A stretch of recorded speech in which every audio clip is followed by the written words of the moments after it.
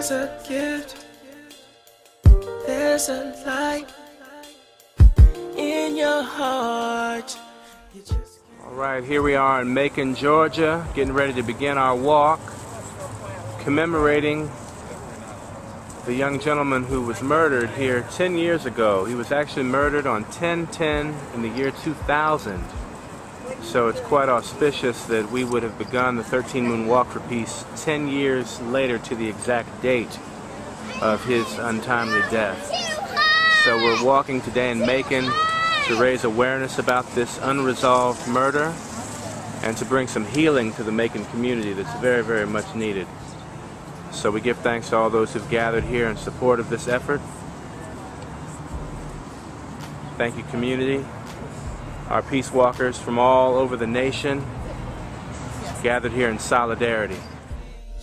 Together, peace. Together, peace.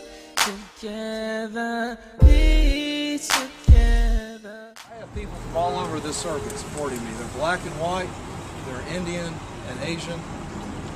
And if this community is tired of crime and they want to do something about it, then we need to unite, join hands, and stop this revolving door of crime that keeps plaguing this community. We know that Ms. McGhee has been misused and abused by the criminal justice system. What should he be doing if he gets elected to office to take care of black mothers like Ms. McGhee? Well, I think it's a rising issue across the country, and I'm sure here in Macon it's experienced as well, that mothers are losing too many children now to crime, to injustice, you name it. And I would say that as a district attorney, I would want to look at some of these cases, especially some of the so-called cold cases, to see what's there that is symbolic of the healing that needs to take place in the community, and lift the scab of the sore so that it can ooze and healing can start, so that it's not just the revolving door aspect of what are we doing with the perpetrators of crime, so-called, but what are we doing with to form a partnership with justice and with communities, so that those who need to be incarcerated and rehabilitated, I think that's the key, not rehabilitation, that can happen, but those who have been treated unjustly by the criminal justice system, that wrong is righted, because I think it's a partnership and we all have to work together to make our communities whole. And if we don't do that, we perpetuate a problem that sooner or later is going to come back to haunt us. Teach the youth, show the way, but don't forget, you can always learn something. Open up, then we find we needed each other all along. Intention and focus is to build this bridge together. With commitment and devotion, we can make a change for the better. Peace together, peace together, peace together, peace together.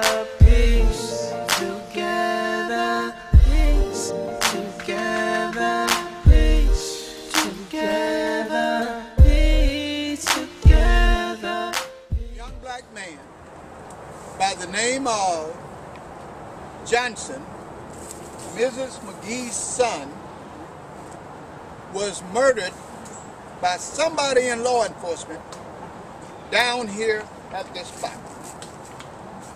He went to his probation office. He reported for his last day of probation. He was happy that he was going to be relieved. His mother was elated that he was going to be relieved. He got down there and got an impromptu drug test, was rearrested, handcuffed, and allegedly tried to run from the police. Started at the probation office and ended up down here across the railroad tracks down to this spot, where the handcuffed body of Mr. Johnson was uncovered 6 days later in this river. According to witnesses, that Mrs. McGhee has been able to talked to, those witnesses said that the officers had Mr. Johnson surrounded at this point. He was handcuffed, remember, at this point.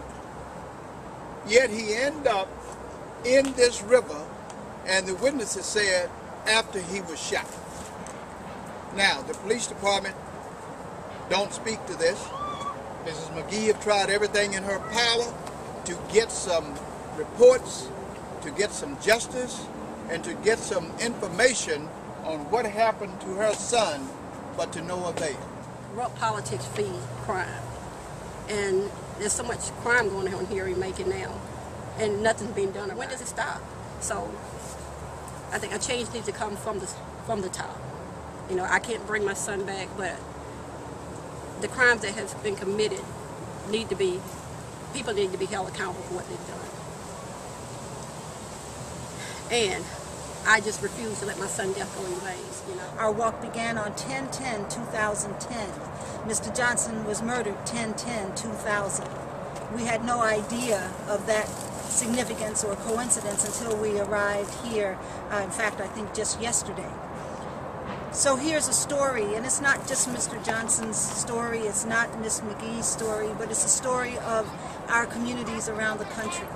And we hope that with our presence here, that we can transform this energy, transform this incident into one of a reminder for all people everywhere that we are each other's brothers and sisters, that we are each other's keepers, and that it's time now for us to raise the heart of America to what it should be, what it was promised to be.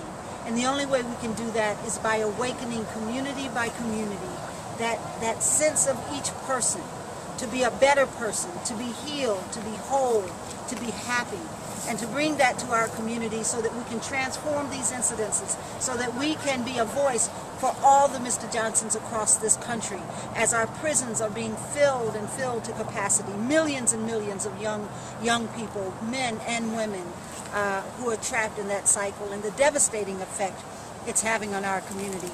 So today we are humbly present here at this site. We pray that our presence, our spirit, and our intention helps to make a change in a case that has been dormant far too long. Help me stand, precious Lord, precious Lord, lead me on. Right here in the city of Macon, oh God, for Miss Renee McGhee and her son Stephen Johnson, oh God. Let his death not be in vain, oh God. And Father, you said in your word, everything that's done in secret shall come to the light, oh God. Father, bring peace, God. Bring closure to this mother, oh God. Give her peace, oh God. Give her a good night's sleep, oh God. And let her know, God, that you're opening up the doors to justice. And God, that every wrong will be made right, oh God. Everything that's done in secret shall come to the light, oh God. Bring forth a change for injustice all over this country, all over this nation, all over this world. This is a bowl of water, and it's filled with honey to remind us of the sweet things. And what we ask is it's just a symbolic gesture, that you just sort of put your rosemary in it, and that just utter a word on behalf of this family and this community, and then let your rosemary go into the water. Rosemary is a powerful healing herb in many, many healing recipes. So we pray that with this herb, we're healing the waters and we're healing this community. And Miss McGhee, we're sending this healing energy to your family. We can make a change for the better. Peace together. Peace together. Peace together.